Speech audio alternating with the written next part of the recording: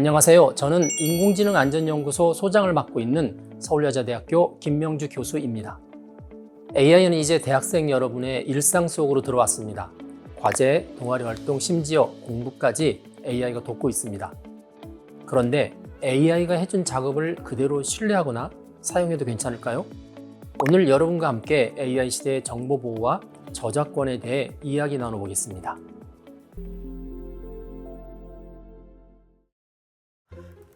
드디어 완성했어. 우리 학과 공모전 진짜 상 받을 것 같아. 헐, 주제도 딱 맞고 내용도 깔끔하다. 언제 다 쓴 거야? AI가 다 도와줬지. 나 진짜 신세계 느낌이야. 잠깐. 그럼 이거 네가 쓴 게 아니네? 그냥 AI가 쓴 거잖아. 주제는 내가 다 줬잖아. AI가 정리만 해준 거지. 내가 만든 거나 다름없지 뭐.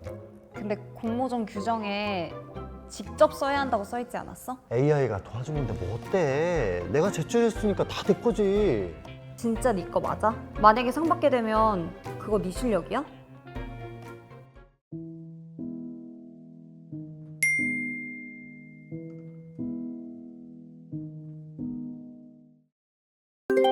여러분, AI로 만든 결과물을 그대로 제출하는 건 과연 괜찮을까요? 여러분은 어떻게 생각하세요? 전 솔직히 도움받는 건 괜찮다고 생각해요. 어차피 레포트 쓸 때 이 자료 조사를 할 때 인터넷으로 하는 건데 그거랑 비슷한 거 아닐까요? 근데 아예 글을 대신 써주는 거랑 참고자료 보는 건 좀 다른 것 같아요. AI가 쓴 걸 그대로 제출하면 그냥 대신 써준 거잖아요. 그럼 PPT 디자인도 AI로 만들면 안 되는 거예요? 그건 디자인 도구라 괜찮은 거 아닌가? 근데 글을 쓰는 건 직접 해야 한다고 생각해. 두 분의 의견이 흥미로운데요. 참고 자료로 활용하는 것은 괜찮지만 AI가 써준 것을 그대로 제출하는 것은 창작이 아니고 대행이라고 볼 수 있을 것 같습니다. 그럼 AI가 쓴 글을 참고했다고 밝히면 되는 건가요? 교수님이 AI 썼는지 안 썼는지 모르실 수도 있잖아요. 네, 맞아요. 투명하게 어떻게 활용했는지를 밝히는 것이 오히려 신뢰를 얻을 수 있는 방법입니다. 여러분, AI가 만들어낸 글은 과연 누구의 것이라고 생각하시나요? 내가 키워드를 입력했고 AI가 논리적으로 잘 정리된 결과물을 제공했다면 그 결과물은 내가 만든 것이라고 말할 수 있을까요? 최근 미국 저작권청은 인공지능 시대 저작권 문제에 대한 중요한 선례를 남겼습니다. 바로 그래픽 노블 새벽의 자리야 사례입니다. 이 작품의 작가 크리스 카스타노바는 미드전이라는 AI 툴을 활용해 일부 일러스트를 생성했고 2022년에는 작품 전체에 대해 저작권 등록을 신청해 승인까지 받았습니다. 그런데 저작권청이 AI 사용 사실을 뒤늦게 확인하면서 등록 내용을 재검토했고 2023년 2월 텍스트와 이미지의 배열 그리고 선정에 한해서만 저작권을 인정한다는 최종 결정을 내렸습니다. 저작권청은 이렇게 판단했습니다. AI는 인간처럼 창작 의도나 통제력을 갖고 있지 않기 때문에 그 결과물은 예술 작품이 아니라 단순한 기계적 출력물로 본다는 것입니다. 특히 카스타노바가 미드저니의 출력물에 대해서 충분한 창의적 수정을 하지 않았다는 점도 영향을 미쳤습니다. 이 판결은 단순한 기각이 아니라 앞으로 AI 보조 창작물이 어디까지 보호될 수 있는지에 대한 기준을 세운 결정이라 할 수 있습니다. 여러분도 앞으로 AI나 이미지 생성 AI를 활용할 때 내가 어떤 창의적 기여를 했는지를 분명히 구분하고 남겨야 그것이 진짜 내 작업물로 인정받을 수 있다는 점을 꼭 기억하시기 바랍니다. 우리나라에서도 2025년을 기점으로 대학가에서 AI 사용에 대한 명확한 기준이 만들어지기 시작했습니다. 일부 대학은 과제 제출 시 AI 사용 여부를 명시하도록 요구하고 있으며 AI가 작성한 과제를 그대로 제출한 경우 F학점 부여나 학칙 위반 징계로 이어지는 사례도 있습니다. 실제로 AI가 작성한 과제를 제출한 학생이 졸업을 유예당한 사례도 있었죠. 그리고 최근에는 교수님들이 AI 사용을 식별하기 위해 역전략을 사용하는 사례도 등장했습니다.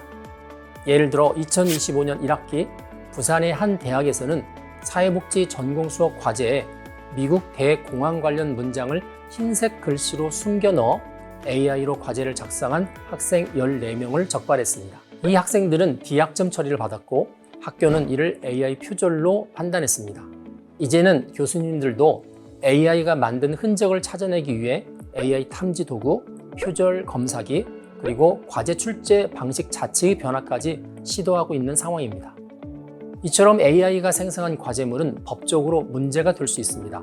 우리 저작권법은 자연인만을 창작자로 인정하고 있으며 AI가 만든 글은 저작자 없는 콘텐츠로 저작권 보호 대상이 아닙니다.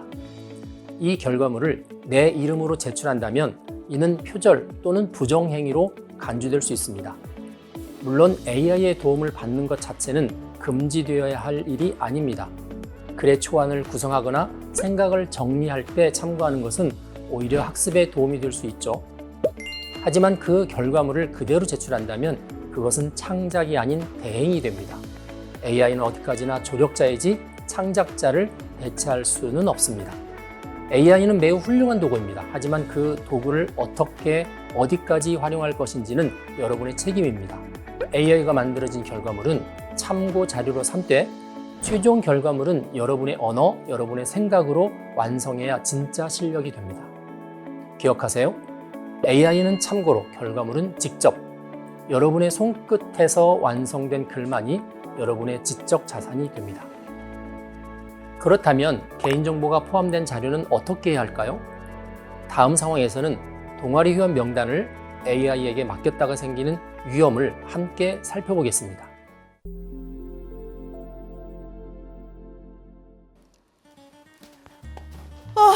드디어 회원 명단 정리 끝. 이번 MT 진짜 기대된다. 오, 명단 다 정리했어? 연락만까지? 응. AI에 넣어서 표로 싹 뽑았어. 이름, 전화번호 깔끔하게 리스트. 뭐? AI에 회원들 전화번호랑 이름까지 다 넣었다고? 응, 그치. 손으로 일일이 하기 귀찮잖아. AI가 깔끔하게 해주더라니까? 야, 왜? 그거 완전 개인정보야. 네가 뭘 한 건 줄 알아? 그 정보들 다 외부 서버로 넘어갔다고. 진짜? 아니 그냥 채팅 툴 같은 거 아니야? 그럼 다 유출된 거야? 우리 동아리 회원들 전부 다. 회원들한테 말해야 되나? 아니면 다시 정리해야 되나? 이거는 다시 정리하고 AI에 넣어둔 파일은 바로 삭제해야 돼. 그리고 회원들한테 피해가 가지 않도록 공지를 해두는 게 좋겠어. 나 진짜 큰일 낸 거야?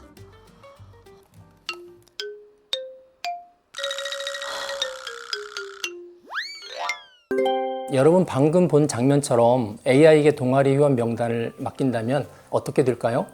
여러분이라면 이런 상황에서 어떻게 했을까요? 솔직히 저도 비슷한 적이 있어요.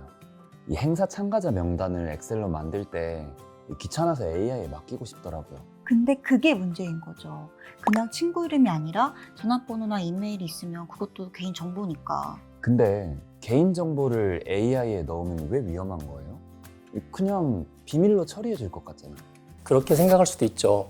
하지만 대부분의 AI 서비스는 클라우드 서버에서 작동을 합니다. 입력한 정보가 외부 서버로 전달되기 때문에 더 이상 제어할 수 없는 상황이 되는 거죠. 저는 그거 듣고 무서워졌어요. 실수로 정보 넣어버리면 어쩌죠? 그러면 AI에 넣은 파일은 삭제도 못하는 거예요?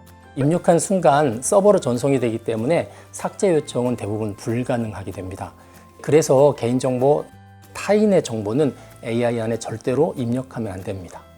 그럼 행사 명단, 연락망 이런 건 무조건 로컬에서 직접 만들어야겠네요. 네, AI는 아이디어나 글쓰기 용어로만 써야겠어요. 네, 중요한 깨달음이에요. 여러분, AI에게 개인정보를 넣으면 어떤 일이 생길 수 있을까요? 처음에는 단순히 명단을 정리하거나 연락망을 만드는 편리한 도구처럼 보일 수 있습니다. 하지만 중요한 사실은 여러분이 AI에게 입력한 정보는 입력하는 순간 내 컴퓨터를 떠나 외부 클라우드 서버로 전송된다는 점입니다. 특히 챗GPT, 빙 코파일럿, 클로드와 같은 생성형 AI는 대부분 해외 서버 기반으로 작동하기 때문에 입력된 데이터가 어떻게 저장되고 어디에 사용될지는 사용자인 우리가 전혀 알 수가 없습니다. 실제로 2025년 카이스트 연구진은 이와 관련된 매우 중요한 실험 결과를 발표했습니다. 챗GPT와 같은 대형 언어 모델이 어떻게 개인정보를 악용할 수 있는지를 실험한 결과 AI는 단 5 내지 20초 만에 최대 95.9%의 정확도로 개인정보를 수집하고 생성한 피싱 이메일의 클릭률은 46.7%에 달했습니다. 이메일 주소 하나만 입력했을 뿐인데 AI는 발신자, 문구, 링크까지 자동으로 만들어 상대가 속을 수밖에 없는 정교한 피싱 공격을 수행했습니다. 특히 주목할 점은 현재 오픈AI나 구글과 같은 상용 LLM 서비스들이 사이버 공격을 막기 위해 자체 방어 기법을 탑재하고 있음에도 불구하고 연구팀의 실험에서는 이러한 방어가 손쉽게 우회되어 악의적인 공격이 가능하다는 사실이 확인되었다는 것입니다. 이 모든 작업이 단 몇십 원의 비용으로 자동화된다는 사실은 AI가 단순한 글쓰기 도우미를 넘어 사이버 보안 위협의 중심이 될 수도 있다는 경고입니다. 우리나라 개인정보보호법은 매우 분명합니다. 타인의 개인정보를 수집하거나 제공할 때는 반드시 본인의 동의가 필요하고 이를 어길 경우 법적 책임이 따를 수 있습니다. AI는 제3자일 뿐 아니라 정보가 어떻게 저장되고 사용되는지 알 수 없는 비공개 시스템입니다. 특히 타인의 정보가 포함된 명단이나 연락처를 AI에게 입력하는 행위는 의도하지 않아도 불법이 되는 구조인 거죠. 여러분, 이제는 단지 내가 편하자고 AI에게 정보를 넣는 시대는 끝났습니다. AI는 지식과 아이디어 정리에 유용하지만 개인정보만큼은 절대 AI에 맡기면 안 됩니다. 타인의 정보는 나의 책임 아래 있습니다. 내가 보호하지 않으면 누군가의 정보는 쉽게 노출됩니다. AI는 조력자일 뿐 개인정보를 신뢰하고 맡길 대상은 아니라는 점 명심하면 좋겠습니다. 요즘 대학생 사이에서 학습도 AI에게 맡기는 경우가 있어요. 공부를 AI에게 맡기면 어떻게 될까요?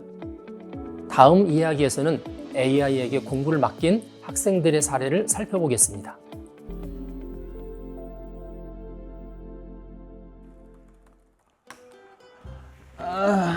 끝났다.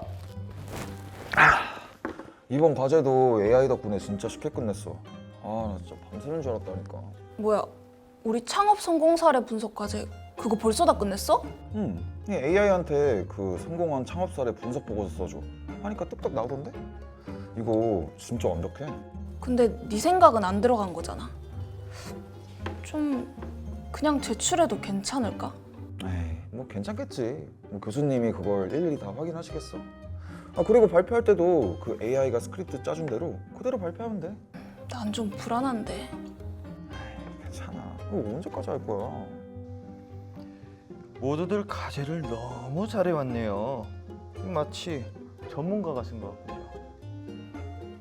요즘 AI로 과제를 대신한다는 이야기를 많이 듣습니다.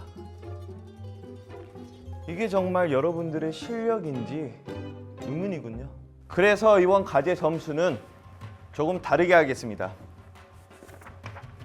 지금 제출된 과제를 요약해서 오늘 이 자리에서 자필로 다시 작성하세요. 본인이 직접 한 것이라면 문제 없겠죠? 뭐로 적어야 되지? 내가 과제를 뭘 했는지도 모르겠어. 나 지금 머리가 하나도 안 들어가. 그냥 네 생각을 적어봐. 아까 우리가 얘기했던 거라도. 진짜 아무 생각도 안 나는데. 내가 글을 써본 게 언제인지도 모르겠다. 나도 모르겠다. AI로 할 땐 너무 쉽고 편했는데 내 머리로 쓰려니까 한 줄도 안 떠오르네.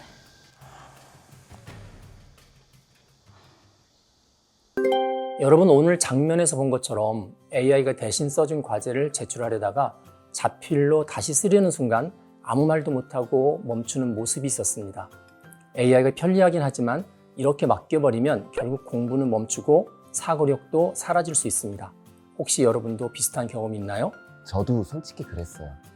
처음엔 참고용으로만 썼는데 너무 편하다 보니까 리포트 전체를 AI로 작성하게 되더라고요. 제출할 땐 좋았는데 이게 내가 정말 학습한 게 맞나 싶기도 하고. 맞아요. 저도 비슷했어요. 과제도 그렇고 글쓰기도 그렇고 다 AI가 정리해주다 보니까 이제는 제 머리로 어떻게 써야 될지 감이 안 잡혀요. 심지어 연애 편지를 쓸 때도 어떻게 써야 할지 막막할 때가 있어요. 맞아요. 저도 인턴십 준비할 때 이 자기소개서를 AI로 작성하니까 막상 면접 가서 설명하려니까 막막하더라고요. 글 쓰는 감각도 말하는 감각도 점점 사라지는 것 같아요. 네, 그게 바로 AI 과의존입니다. AI는 답을 너무 쉽게 주기 때문에 스스로 사고하거나 정리하는 힘이 약해집니다. 이건 단순히 과제의 문제가 아니라 여러분의 실력과 생각 자체가 잘하는 것을 막을 수도 있어요. 결국 공부는 직접 생각하고 표현하는 과정에서 이루어진다는 사실을 꼭 기억하세요. 여러분, 과제는 제출하는 게 목적이 아니라 배우는 과정이라는 걸 잊으면 안 됩니다. AI는 도와주는 도구일 뿐 이해하고 설명할 수 있어야 그게 여러분의 실력이 됩니다. 실제 대학 현장에서는 AI로 리포트를 작성한 학생이 발표 중 교수님의 질문에 제대로 답하지 못하는 사례가 늘고 있습니다. 이유는 간단합니다. 내용을 이해하지 못한 채 외워서 말하는 데 그쳤기 때문이죠. 말은 했지만 생각은 하지 않은 겁니다. 공부란 단순히 정보를 암기하는 과정이 아닙니다. 지식을 자기 언어로 재구성하고 설명할 수 있는 능력이 진짜 학습입니다. AI가 쓴 문장을 읽고 그대로 발표하는 건 누구나 할 수 있습니다. 하지만 왜 이 내용을 썼는지, 어떤 구조로 전개됐는지를 설명하지 못한다면 그것은 학습이 아니라 대행에 가까운 결과물입니다. 요즘처럼 AI를 쉽게 활용할 수 있는 시대일수록 우리는 스스로에게 이런 질문을 자주 던져야 합니다. 이 내용을 내가 정말 이해하고 있는가? AI는 초안을 제공해 줄 수 있습니다. 하지만 그 내용을 스스로 소화하고 내 언어로 다시 정리해낼 수 있을 때 비로소 그 지식은 여러분의 것이 됩니다. 여러분, AI는 훌륭한 조력자입니다. 그러나 그 조력자를 어떻게 활용할지 결정하는 건 여러분의 책임입니다. 리포트를 대신 써주는 AI는 있을 수 있습니다. 하지만 여러분이 직접 사고하고 성장하는 학습은 누구도 대신해 줄 수 없습니다. AI가 생각을 시작해 줄 수는 있어도 공부의 끝은 여러분 스스로 마무리해야 합니다. 그러니 항상 자신에게 물어보세요. 나는 지금 정말 이해하고 있는가? 그 질문이 여러분의 공부를 지켜주는 가장 강력한 방법입니다.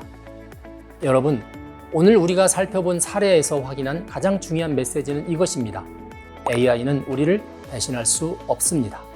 과제를 대신 써주는 AI는 여러분의 실력이 될 수 없고 개인정보를 무심코 맡기면 누군가에게 중요한 정보를 넘기는 결과가 될 수도 있습니다. 하지만 동시에 AI는 학습을 도와주고 아이디어를 정리해주며 정보를 더 깊이 이해하게 해주는 강력한 도구이기도 합니다. 핵심은 어디까지 AI에게 맡기고 어디부터 내가 직접 책임질 것인지를 판단하는 것입니다. 저작권, 정보보호, 학습 책임, 이 세 가지는 AI 시대에도 결코 변하지 않는 여러분의 역할입니다. AI는 도구입니다. 문제는 그것을 어떻게 얼마나 잘 쓰느냐에 달려 있습니다. 여러분 모두가 AI를 똑똑하고 책임 있게 활용할 수 있기를 바랍니다. AI는 참고용. 내가 생각하고 채워야 진짜 내가 되니까. 개인정보만 빼고 정리하면 안전하지. 이렇게 활용해야지. 내가 먼저 정리하고 AI로 확인하는 거지. AI는 참고로. 개인정보는 꼭 지키고 스스로 학습하며 AI 책임 있게 똑똑하게 활용하자.